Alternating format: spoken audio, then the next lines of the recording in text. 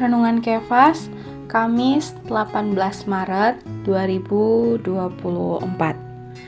Salam sejahtera Sobat Kefas.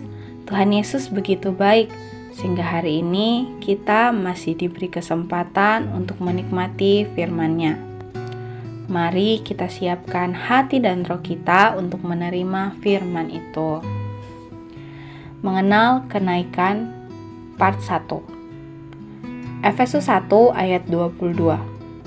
Dan segala sesuatu telah diletakkannya di bawah kaki Kristus, dan Dia telah diberikannya kepada jemaat sebagai kepala dari segala yang ada. Untuk mengenal kenaikan, mula-mula kita perlu mengenal penebusan Kristus. Karena kenaikan termasuk di dalam penebusan Kristus. Terhadap penebusan Kristus, banyak orang memahaminya hanya sebagai Kristus yang tersalib, mati bagi kita. Ada yang memahami lebih dalam, nampak bahwa penebusan Kristus juga mencakup kebangkitan. Tapi, kita kembali membaca Alkitab dengan cermat dan memberikan pengalaman-pengalaman kita akan menemukan bahwa penebusannya juga mencakup kenaikan.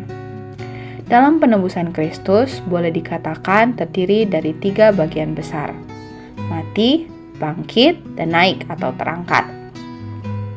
Jika kekurangan salah satu bagian, penebusan Kristus tidak dapat dianggap lengkap. Untuk mengenal kenaikan kedua, kita perlu mengenal posisi keselamatan kita. Meskipun ketika kita diselamatkan dari penghukuman dosa ke dalam pengampunan dosa, dari kondisi yang mati ke dalam kondisi yang hidup dengan memperoleh hayat Allah. Namun, baik pengampunan dosa maupun perolehan hayat Allah tidak dapat dianggap sebagai posisi pengalaman kita, posisi keselamatan kita. Efesus 2 ayat 5-6 memberitahu kita bahwa Allah telah menghidupkan kita bersama-sama dengan Kristus, sekalipun kita telah mati oleh kesalahan-kesalahan kita. Dan di dalam Kristus Yesus, Ia telah membangkitkan kita juga dan memberikan tempat atau mendudukkan kita bersama-sama dengan Dia di surga. Ini menampakkan kepada kita bahwa setiap orang yang beroleh selamat bukan hanya sebagai orang yang dosa-dosanya telah diampuni, bukan hanya telah dihidupkan dari maut dan memiliki hayat Allah, tapi juga telah duduk di surga sebagai manusia di dalam kenaikan. Kristus menyelamatkan kita adalah agar kita bersama-sama dengan Dia mengalami kenaikan dan kemudian duduk di surga. Jadi, kenaikan justru adalah posisi akhir dari keselamatan kita. Untuk mengenal kenaikan, ketiga, kita perlu mengenal fungsi-fungsi rohani. Semua karunia rohani orang Kristen diberikan oleh Tuhan dalam kenaikannya. Dijelaskan dalam Efesus 4 ayat 8. Untuk kita terapkan dalam posisi kenaikan.